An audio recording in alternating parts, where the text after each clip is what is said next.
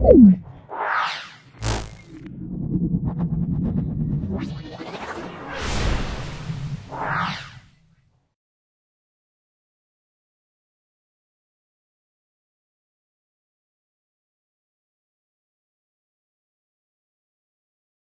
এসো, গ্যাসের বাষ্প ঘনত্ব 23 হলে সংকেত কত হবে?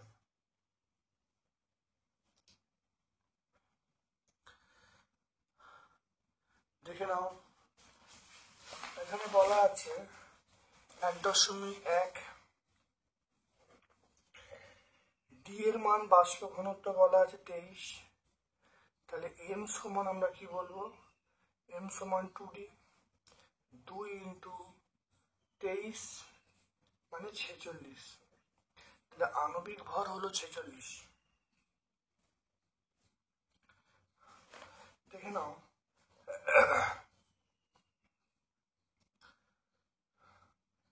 অপশান এ দেখে নাও C2H4, option B NO2, option C CO2। দেখো C2H4 মানে 2 ইন্টু 12, 1 ইন্টু 4, এটা দেখো এর এককে গ্রাম লিখলাম, দেখো 24, দেখো 24 আর এখানে 4, এটা করলে আবার 28 গ্রাম পেয়ে যাব। দেখো NO2 মানে N মানে 14 আর O2 মানে 2 ইন্টু 16, তাহলে 14 প্লাস 32, 14 প্লাস 32 মানে আমরা বলবো 46 গ্রাম। কার্বন ডাইঅক্সাইড দেখো 12 প্লাস 2 ইন্টু 16, এটা হলো কত? 12 প্লাস 32, এটা আমরা কত বলবো? 44 গ্রাম। তাহলে কোন অপশনটা হবে? দেখো এখানে এম এর মান 46, তাহলে অপশন বি বলবে, অপশন বি। তাহলে সংকেতটা হবে NO2। তারপরে কোন পদার্থটির দৈর্ঘ্য প্রসারণ গুণাঙ্ক সবচেয়ে কম? ইনভারের দৈর্ঘ্য প্রসারণ গুণাঙ্কের মান সবচেয়ে কম। উত্তর দক্ষিণে কোনো পরিবাহীর ওপরে চুম্বক শলাকা রেখে উত্তর থেকে দক্ষিণে তড়িৎ প্রবাহ পাঠালে দক্ষিণ মেরুর বিক্ষেপ কোন দিকে হবে?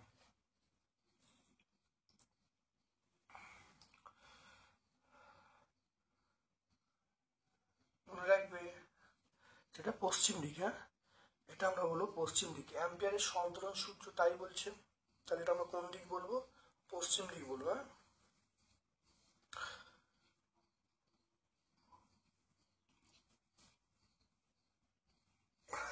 তাহলে উত্তর থেকে দক্ষিণে গেলে দক্ষিণ মেরুর বিক্ষেপটা পশ্চিম দিকে হবে। প্রতিটি 3 ওহম রোধের একটি পরিবাহী তার দিয়ে ত্রিভুজ তৈরি করা হলো, যে কোনো দুই প্রান্তবিন্দুর মধ্যে তুল্যরোধ কত হবে? দেখে নাও, ধরো আমি ছবিটা আঁকছি, ধরো একটা ত্রিভুজ,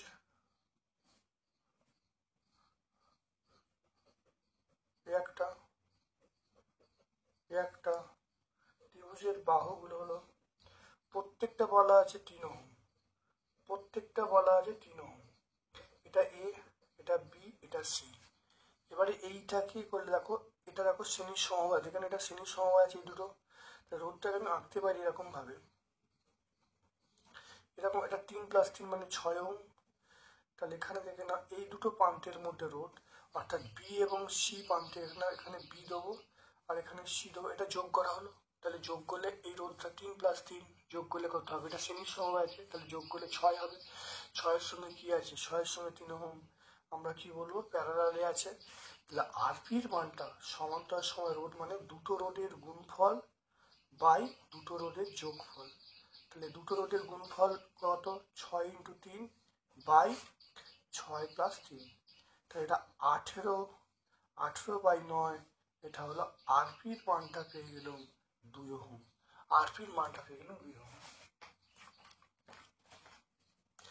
অপশন এ আমরা বলবো। তাহলে তড়িৎ বিশ্লেষণে ক্যাথোডে উৎপন্ন হলো 11.2 লিটার গ্যাস উৎপন্ন হয়। একই চাপ, তাহলে একই চাপ ও তাপমাত্রায় অ্যানোডে উৎপন্ন হবে। এখানে দেখো ক্যাথোডে উৎপন্ন হচ্ছে এটা, তাহলে অ্যানোডে কি করে হবে? দেখো অ্যানোডে 1.5, তাহলে অ্যানোডে যে গ্যাস উৎপন্ন হবে, অ্যানোডে উৎপন্ন গ্যাস সেটা ক্যাথোডের অর্ধেক। তাহলে ক্যাথোডে কত বলা আছে? 11.2, এটা করলে 5.6 লিটার।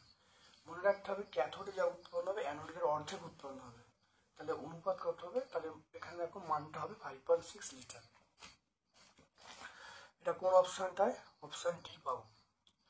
তারপর দেখো আর্দ্র অ্যামোনিয়াকে শুষ্ক করতে ব্যবহার করা হয়। আর্দ্র অ্যামোনিয়াকে শুষ্ক করতে ব্যবহার করা হয় আমরা বলবো পোড়াচুন, সিও বলবো। অ্যাজুরাইট কোন ধাতুর আকরিক? আমরা বলবো অ্যাজুরাইট কোন ধাতুর আকরিক? এটা আমরা কপার বলবো। অ্যাজুরাইট আমরা বলবো কপারের আকরিক হলো অ্যাজুরাইট। এরপর চলে এসো গ্রুপ বি এর প্রশ্নে। 2 মোল N2 সঙ্গে 6 মোল H2 বিক্রিয়া করে অ্যামোনিয়া উৎপন্ন অ্যামোনিয়ার মোল সংখ্যা বার করতে বলছে। দেখে নাও 2.1, তাহলে N2 প্লাস H2, এটা আমরা NH3 বলবো, এখানে 2 বলবো, এখানে 3 বলবো। তাহলে দেখে নাও আমরা বলবো 2 মোল নাইট্রোজেন,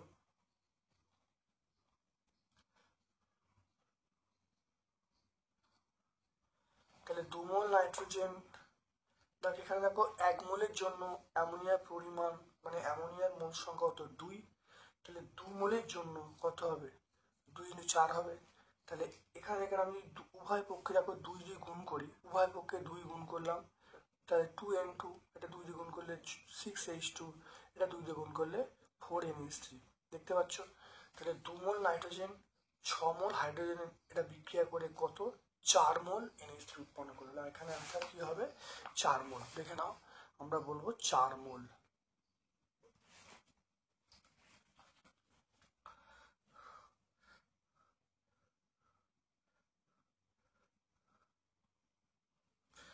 এরপর চলে এসো মোল কিসের একক? মোল হলো পদার্থের পরিমাণের একক। মোল আমরা বলবো পদার্থের পরিমাণ, তাহলে পদার্থের পরিমাণের একক আমরা বলবো মোল। তারপর দেখো গ্যাসের আয়তন প্রসারণ গুণাঙ্কের ধ্রুবক রাশিটি কোনটা? প্রসারণ গুণাঙ্কের ধ্রুবক রাশি আমরা বলবো চাপ এবং ভর। দেখতে পাচ্ছ চাপ এবং ভর, তাহলে আমরা বলবো ধ্রুবক রাশি গ্যাসের চাপ ও ভর। তারপর দেখো সিজিএস ও এসআই এর মধ্যে তাপ পরিবর্তনকে সিজিএস এসআই এর মধ্যে সম্পর্ক। দেখো 1 calorie (10⁻⁻1 degree centigrade to the -1 second to the -1 সমান বলবো দেখো 420 watt metre inverse kelvin inverse. এটা সিজিএস সঙ্গে এসআই সম্পর্ক পেয়ে গেলাম 420। আমি এটা লিখছি না, দেখে না। কেটে একটি তারের রোধাঙ্ক এক্স বলা আছে, তারকে কাটা হলো, কেটে দুভাগ করা হলো, মানে দুভাগ করা হলো বা তারকে অর্ধেক করা হলো, যাই বলুক না কেন রোধাঙ্ক একই থাকবে, রোধাঙ্কে কোনো পরিবর্তন ঘটবে না, রোধাঙ্ক একই থাকবে।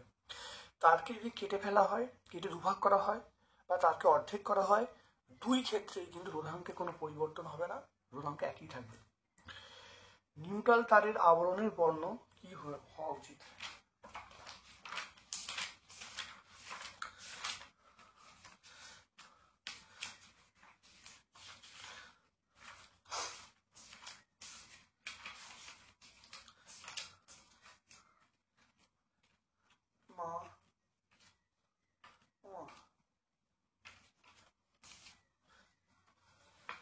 দেখো নিউট্রাল তারের বর্ণ দেখেন আন্তরিক মতে হালকা নীল, তাহলে আমরা বলবো হালকা নীল। বৈদ্যুতিক বৈদ্যুতিক বর্তনীতে যন্ত্রপাতিগুলো কোন সমবায় থাকে? সমান্তরাল সমবায়। তারপর দেখো গাঢ় স্টোসোপ অপেক্ষা লঘু স্টোসোপ তীব্র তড়িৎ বিশেষ। গাঢ় স্টোসোপ অপেক্ষা লঘু স্টোসোপ এটা মিথ্যা, মনে রাখতে হবে গাঢ় স্টোসোপ সবচেয়ে বেশি তড়িৎ বিশেষ অর্থ। তড়িৎ বিশ্লেষণে কোন শক্তি? এটা হলো তড়িৎ শক্তি যান্ত্রিক তড়িৎ শক্তি আমরা বলবো রাসায়নিক শক্তি। আর তড়িৎ থেকে রাসায়নিক, তড়িৎ দিচ্ছি তাহলে রাসায়নিক শক্তি বা তড়িৎ শক্তি থেকে রাসায়নিক শক্তি সৃষ্টি হচ্ছে। নেজলার বিকারকের সঙ্গে অ্যামোনিয়া যোগ করলে বর্ণ কেমন হবে?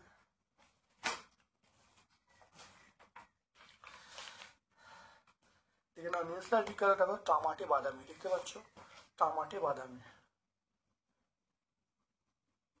তামাটে বাদামি। তাহলে এইটা হলো, তাহলে নেজলার বিকারকের দেখো নেজলার বিকারকের সঙ্গে অ্যামোনিয়া যোগ করলে এটা হলো তামাটে বাদামি। আর আম্লিক পটাশিয়াম ডাইক্রোমেটের সঙ্গে H2 যোগ করলে বর্ণ কি হবে? দেখে নাও, আম্লিক পটাশিয়াম ডাইক্রোমেট দেখো কমলা থেকে সবুজ হবে, তাহলে কমলা থেকে সবুজ। তাহলে এই প্রশ্নের উত্তরটা খাতায় দিচ্ছি।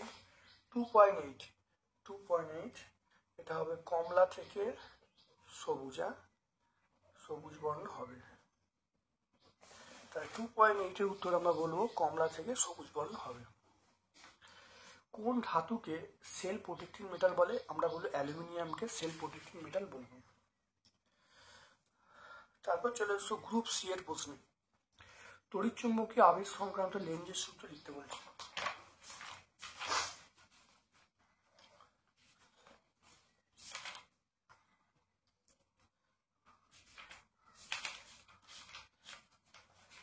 দেখে নাও, লেঞ্জের সূত্র, আবিষ্ট তড়িৎ প্রবাহ এমন হবে যে কারণে প্রবাহ সৃষ্টি হয়, প্রবাহ সেই কারণকে বাধা দেয়। দেখতে পাচ্ছ, এটা লেঞ্জের সূত্র। তারপর দেখে নাও অথবা প্রশ্ন, ডায়নামোতে আবিষ্ট তড়িৎচালক বল কোন কোন বিষয় নির্ভর করে?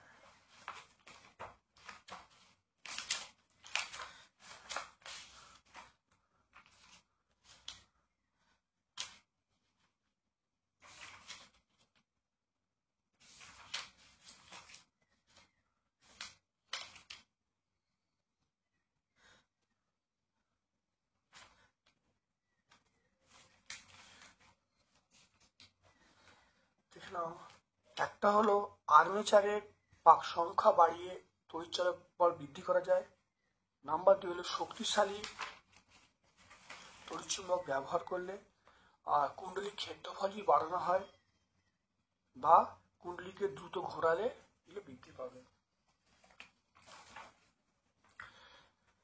অ্যামোনিয়ার জলীয় দ্রবণে ফেরিক ক্লোরাইড দ্রবণ যোগ করলে কি ঘটবে?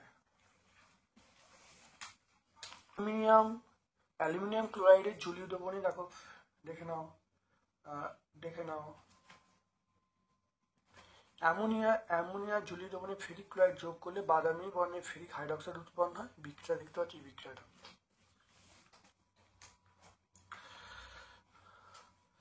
বজ্রপাতের ফলে নাইট্রোজেন আবদ্ধীকরণের ধাপগুলি রাসায়নিক বিক্রিয়া সহ লিখতে বলছি। দেখে নাও, এই রাসায়নিক এগুলো ধাপগুলো আমরা বলবো। এটা 1 নম্বর, এটা 2 নম্বর, এটা 3 নম্বর, এটা 4 নম্বর, 5 নম্বর। আমরা এই পর্যন্ত বললে কিন্তু উত্তর চলে আসবে। তারপর দেখো থার্মিট পদ্ধতি নীতি বিক্রিয়া সহ লিখতে বলছে। দেখে নাও, থার্মিট পদ্ধতি নীতি খুব ভালো করে দেখে নাও। আমরা এইখান থেকে উচ্চ তাপমাত্রা শুরু করে এই বিক্রিয়া পর্যন্ত বলবো, বললে হয়ে যাবে। এটা অনেকবার বুঝিয়েছি, আগের ভিডিওগুলো দেখলে অবশ্যই তোমরা বুঝতে পারবে। তারপর দেখো ক্ষারীয় ধাতুগুলিকে কার্বন বিজারণ পদ্ধতিতে নিষ্কাশন করা যায় না কেন? দেখো ক্ষারীয় ধাতুগুলো সোডিয়াম, ম্যাগনেসিয়াম, ক্যালসিয়াম, অ্যালুমিনিয়াম, এগুলোকে দেখো কার্বন বিজারণ পদ্ধতি নিষ্কাশন করা যায় না কেন? কারণ তড়িৎ রাসায়নিক শ্রেণীতে সোডিয়াম, ম্যাগনেসিয়াম, ক্যালসিয়াম, অ্যালুমিনিয়াম এগুলো ক্ষারীয় ধাতু ওপর দিকে অবস্থান করে, তাই ধনাত্মক এবং খুব সক্রিয়। অক্সিজেনের প্রতি আসক্তি প্রবল হয়, অক্সাইড অত্যন্ত সুস্থিত প্রকৃতির হয়, সেই জন্য কার্বনের পক্ষে এই সমস্ত ধাতব অক্সাইড যৌগগুলো থেকে বিচ্ছিন্ন করা অসম্ভব। এছাড়া ধাতুর অক্সাইড যেমন CO, L2O3 উচ্চ তাপমাত্রায় কার্বনের সঙ্গে বিক্রিয়া করে ধাতব কার্বাইড উৎপন্ন করে। ক্ষার ধাতুগুলো কার্বন বিয়োজন পদ্ধতিতে নিষ্কাশন করতে পারি না।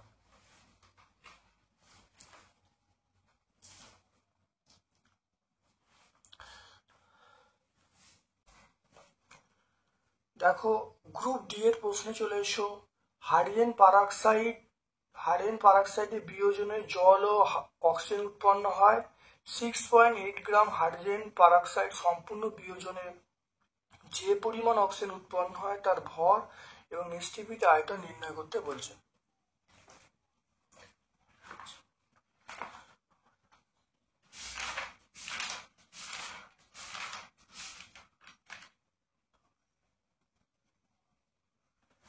দেখে নাও খুব ভালো করে। দেখো H2O2 মানে দেখো আমরা বলবো, এটা দেখে নাও H2O2, তাহলে 2 মোল H2O2 থেকে আমরা বলবো 68 গ্রাম, আর অক্সিজেন মানে 32 গ্রাম। তাহলে 68 গ্রাম H2O2 বিয়োজনে অক্সিজেন উৎপন্ন হয় কত, সেটা 32 গ্রাম, একে কত, আর 6.8 কত করলে যে উত্তরটা আসছে, দেখে নাও উত্তরটা আসছে 3.2 গ্রাম। দেখতে পাচ্ছ 3.2 গ্রাম। এসটিপিতে 68 গ্রাম H2O2 থেকে অক্সিজেন উৎপন্ন হয় 22.4 লিটার, একই কত 6.8 কত করলে আমরা পাবো 2.24 লিটার। খুব ভালো করে দেখে নাও, খুব ভালো করে বুঝে নাও, অত্যন্ত ইম্পর্টেন্ট প্রশ্ন, ভালো করে দেখে নাও।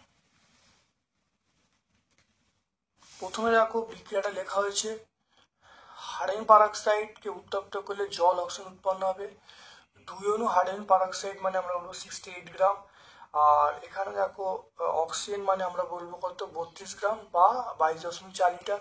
তাহলে 68 গ্রাম H2O2 বিয়োজনে অক্সিজেন উৎপন্ন হয় 32 গ্রাম, একে কত 6.8 কত করলে দেখো উত্তর আসছে 3.2 গ্রাম। এসটিপিতে 68 গ্রাম H2O2 থেকে O2 উৎপন্ন হচ্ছে কত 22.4 লিটার, একে কত 6.8 কত, দেখো উত্তর পেয়ে গেলাম 2.24 লিটার।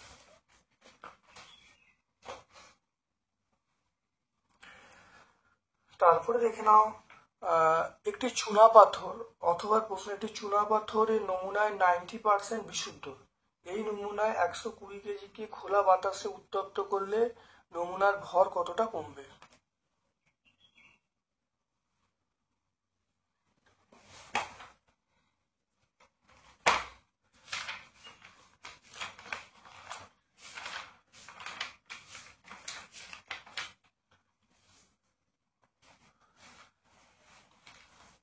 দেখে নাও 100 গ্রাম চুনাপাথর, 100 গ্রাম চুনাপাথরে, দেখে নাও 100 গ্রাম চুনাপাথরে বিশুদ্ধ চুনাপাথরের পরিমাণ 90 গ্রাম, কারণ এখানে বলা আছে দেখো 90% বিশুদ্ধ।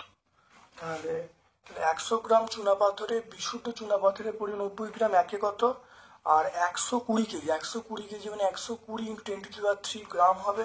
তাহলে 120 × 10⁻³ করলে দেখো কত আসছে, তাহলে 90 × 120 × 10⁻³/100 করলে হচ্ছে আসছে 108 × 10⁻³ গ্রাম।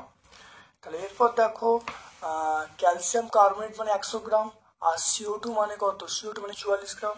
তাহলে 100 গ্রাম CaCO3 থেকে CO2 উৎপন্ন 44 গ্রাম, একে কত, আর এইটাতে কত করলে দেখো আমরা পেয়ে যাচ্ছি, ক্যালকুলেশন করলে দেখো আমরা পেয়ে যাচ্ছি কত 47520 গ্রাম, বা এটাকে যদি আমি কেজিতে ট্রান্সফার করি তাহলে 1000 দিয়ে ভাগ করব, তাহলে আমরা উত্তর পাবো 47.52 কেজি। আর এরপর দেখো এটা CO2 পাওয়া গেল, তোরা কমবে, তাহলে ভর তাহলে কমবে 47.52 কেজি, এই পরিমাণ ভরটা কমে যাবে। পদার্থের তাপ পরিবাহিতাঙ্ক সিজিএস এককে 0.92 বলতে কি বোঝো?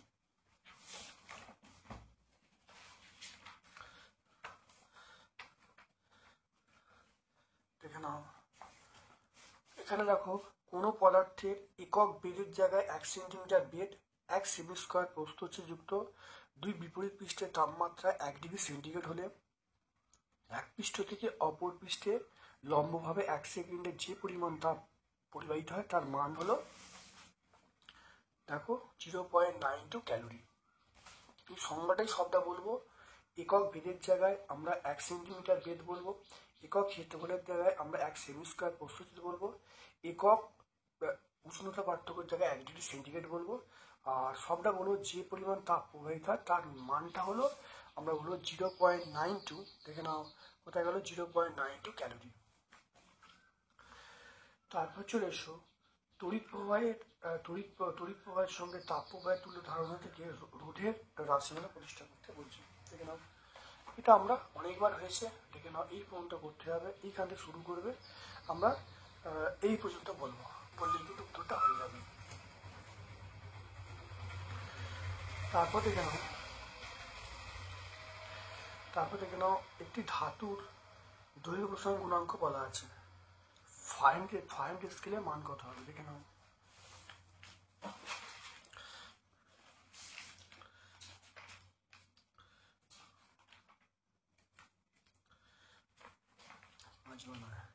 তাহলে দেখে নাও আলফা এফ সমান 5/9, আলফা এফ সমান 5/9 আমরা বলবো আলফা সি।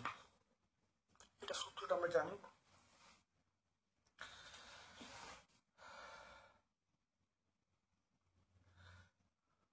তাহলে এটা আমরা 4.2 এটা আমরা অথবা এটা, তাহলে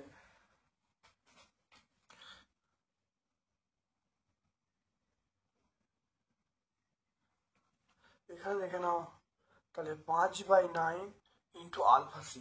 আলফা সির মান দেখো বলা আছে কত 0.5 ইন্টু 10⁻⁻6 এটা বলা আছে।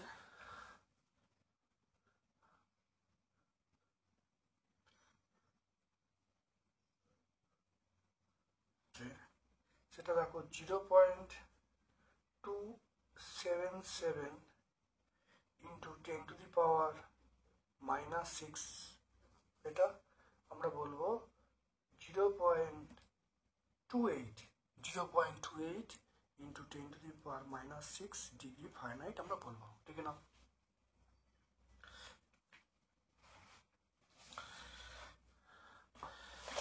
তারপর দেখে নাও একটি তরলের দৈর্ঘ্য প্রসারণ গুণাঙ্ক x বলা আছে, পাত্রের উপাদানের প্রসারণ এখানে বলা আছে, x ও y এর মধ্যে অনুপাত কত হলে আপাতন প্রসারণ গুণাঙ্ক থাকবে না। তাহলে আলফা আর এটা বলা আছে x, আচ্ছা এখানে বিটার মান দেওয়া আছে, বিটার মান কত? বিটার মান দেওয়া আছে y। তাহলে এখান থেকে আমি যদি গামার মানটা বার করতে চাই তাহলে বিটা/2 সমান আমরা বলবো গামা/3। তাহলে গামার মানটা পেয়ে যাব 3/2 বিটা। তাহলে এখান থেকে আমরা দেখো 3/2, আর এখানে দেখে নাও তাহলে বিটার মান কত? বিটার মান y, এটা পেয়ে গেলাম। তাহলে প্রকৃত প্রসারণ গুণাঙ্ক পেয়ে গেলাম এইটা। এরপর দেখে নাও এটা আমরা কি বলছি, পাত্রের প্রসারণকে আমরা কি বলবো? এটা আমরা বলবো পাত্রের প্রসারণকে আমরা গামা জি বলবো, গামা জি 3/2 ইন্টু ওয়াই। ঠিক আছে, গামা জি 3/2 বলা আছে x ও y। দেখো x ও y এর অনুপাত কত হলে আপাত প্রসারণ গুণাঙ্ক থাকবে না। তাহলে দেখে নাও আমরা সমীকরণ জানি আলফা গামা আর সমান গামা এ প্লাস গামা জি। খুব ভালো দেখে নাও, গামা আর সমান গামা এ প্লাস গামা জি। এবারে এই প্রসারণ থাকবে, এটার মান কত x, এটার মান 0 প্লাস এটার কত বলা আছে দেখো 3/2 ইন্টু ওয়াই। তাহলে এখান থেকে আমরা পেয়ে যাচ্ছি x সমান 3/2 ইন্টু ওয়াই।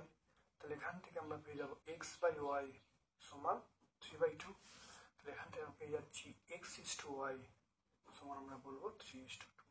তাহলে অনুপাত দিতে হবে, প্রথমে একটু বুঝে নাও, গামা আর এর মানটা বলা আছে, বিটার মানটা বলা আছে, তাহলে এখান থেকে দেখো গামার মানটা পাওয়া হলো। এবারে এটাই মানে পাত্রের প্রসারণ গুণাঙ্ক, সেটা আমরা বলবো গামা জি বলবো। তাহলে এটা হলো এটা হলো প্রকৃত প্রসারণ গুণাঙ্ক, এটা হলো প্রকৃত প্রসারণ গুণাঙ্ক, এটা হলো পাত্রের প্রসারণ গুণাঙ্ক, পাত্রের প্রসারণ গুণাঙ্ক। তাহলে আমরা একটা সমীকরণ লিখলাম, গামার সমান গামা এ প্লাস গামা জি। তাহলে এখানে দেখো এই মানটা শূন্য হয়ে গেল, তাহলে আমরা পেয়ে গেলাম এক্স সমান 3/2 ইন্টু ওয়াই, তাহলে এক্স বাই ওয়াই সমান আমরা বলবো 3/2।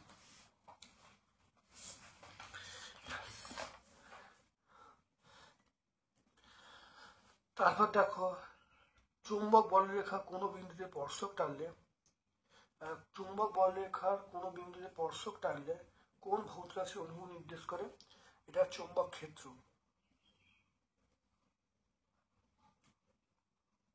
চুম্বক ক্ষেত্র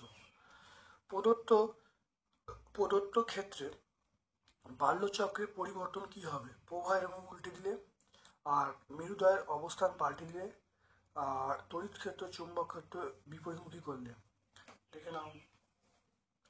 আর বাড়িতে বা এসি লাইন পাঠালে, প্রত্যেকটা দেখো ব্যাখ্যা করছি। প্রথম দেখো তড়িৎ প্রবাহ উল্টে দিলে, তাহলে অবশ্যই এটা উল্টে যাবে, তাহলে বাল্যচক্রের ঘূর্ণনটা উল্টে যাবে। নাম্বার 2 যে পয়েন্টটা আছে, চুম্বকের মেরুদয়ের অবস্থান চেঞ্জ করলে এটা উল্টে যাবে। 3 নম্বর হলো চুম্বক ক্ষেত্র এবং তড়িৎ প্রবাহ উভয়ই উল্টে দিলে, তাহলে বাল্যচক্র একই দিকে ঘুরবে, আগে যেরকম ঘুরছিল সেরকমই ঘুরবে। আর এসি পাঠালে তাহলে বাল্যচক্রে ঘূর্ণন হবে না। তাহলে 4টি পার্ট আমরা কিন্তু ব্যাখ্যা করে দিলাম। 4.4 চলে এসো। এসআই পদ্ধতিতে এসআইতে কুলম্বের সূত্রের গাণিতিক রূপটি লিখতে বলছে।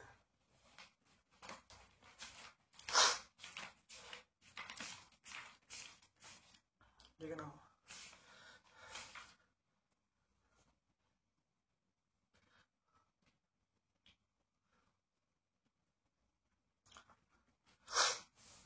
দেখো এসআইতে কুলম্বের সূত্রে গাণিতিক রূপ F সমান 9 × 10⁹ Q1 Q2 R², এটা লিখলেই হবে। তারপর দেখে নাও, এখানে একটু দেখে নাও, F মানে আকর্ষণ বিকর্ষণ বল, Q1 Q2 মানে দুটো আধান, R মানে আধান দুটোর মধ্যে দূরত্ব।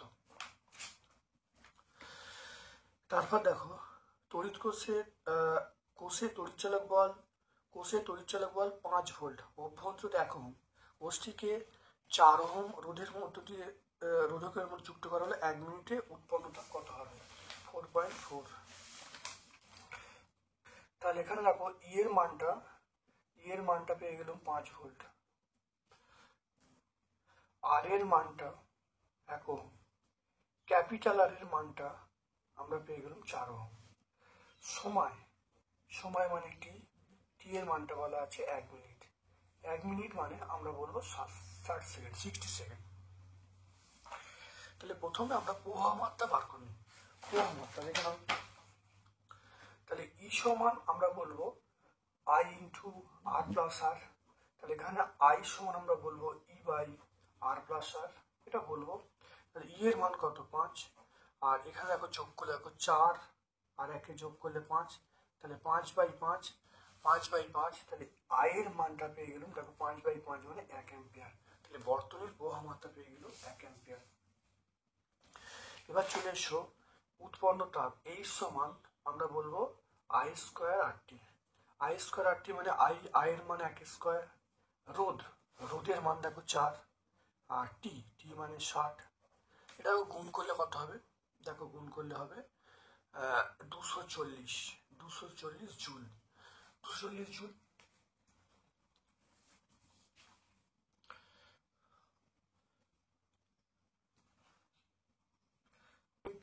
যদি আমি ক্যালোরিতে চেঞ্জ করি, এটা বাই 4.2, এটা ক্যালোরি, এটা করলে যেটা আসবে 57.14 ক্যালোরি।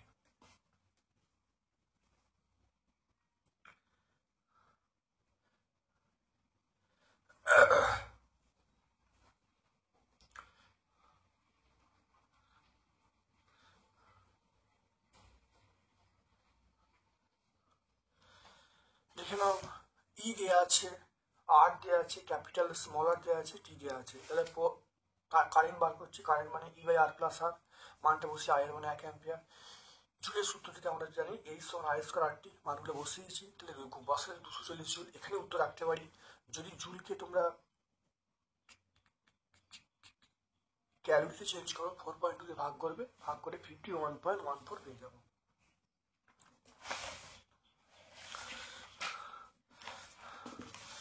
তারপর চলে এসো, দেখো ওহম পয়েন্টটা, ওহমের সূত্র লিখতে বলছে।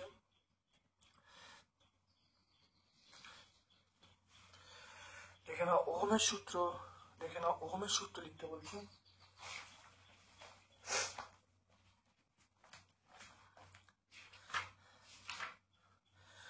ওহমের সূত্র দেখে নাও, তড়িৎ প্রবাহ মাত্রা অন্যান্য ভৌত অবস্থা একই থাকলে পরিবাহীর মধ্যে প্রবাহ মাত্রা দুই প্রান্তের বিভব করে সমান লিখবে এটা। তারপর দেখো এই অঙ্কটা, এই অঙ্কটা আমরা আগে হয়েছে সীমিত সমবায় সমতার সমবায়, কোন সমবায়ে কোন বাল্বটি উজ্জ্বলভাবে জ্বলবে ব্যাখ্যা করতে বলছে। আমরা হয়েছে, দেখে নাও আগের স্কুলটা, দেখো 9 নম্বর স্কুলটা, 9 নম্বর স্কুলটা দেখো 4.3 দেখতে পাচ্ছ।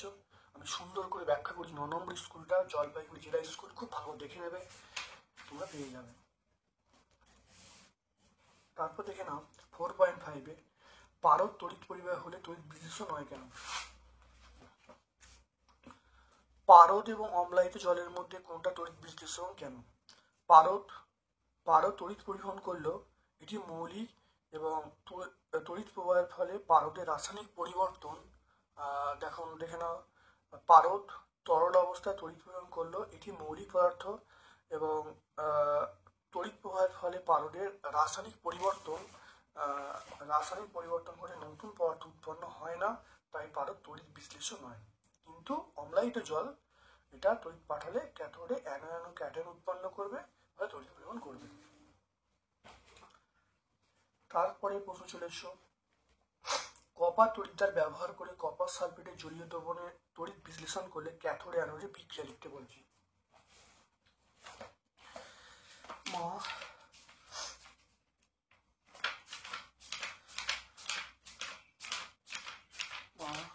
সরকারি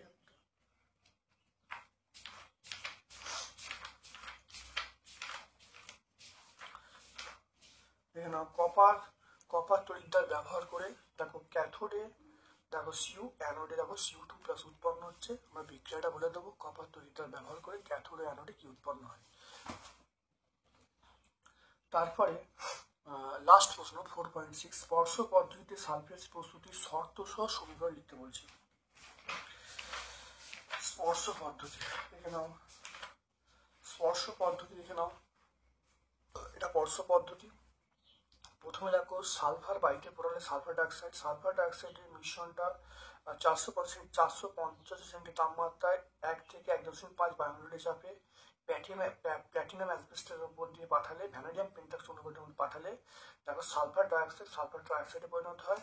আর সালফার ট্রাইঅক্সাইড দেখো জলের সঙ্গে বিক্রিয়া করে অলিয়াম উৎপন্ন করে। তারপরে সালফার ট্রাইঅক্সাইড দেখো H2SO4 এর সঙ্গে বিক্রিয়া করে অলিয়াম উৎপন্ন করে। তারপরে অলিয়ামটা জলের সঙ্গে বিক্রিয়া করে সালফেট উৎপন্ন করে। তাহলে আমরা এখানে যে ধাপগুলো আছে মোট তিনটে ধাপ আমরা ব্যাখ্যা করে দেবো, তাহলে উত্তর হয়ে যাবে। আজকে আমরা 10 নম্বর স্কুলটা সম্পূর্ণ সলভ করলাম। ভিডিওটা প্রথম থেকে শেষ পর্যন্ত দেখো, অত্যন্ত কার্যকরী ভিডিও। আমার পক্ষ থেকে সকলকে ধন্যবাদ এবং শুভ কামনা জানাচ্ছি।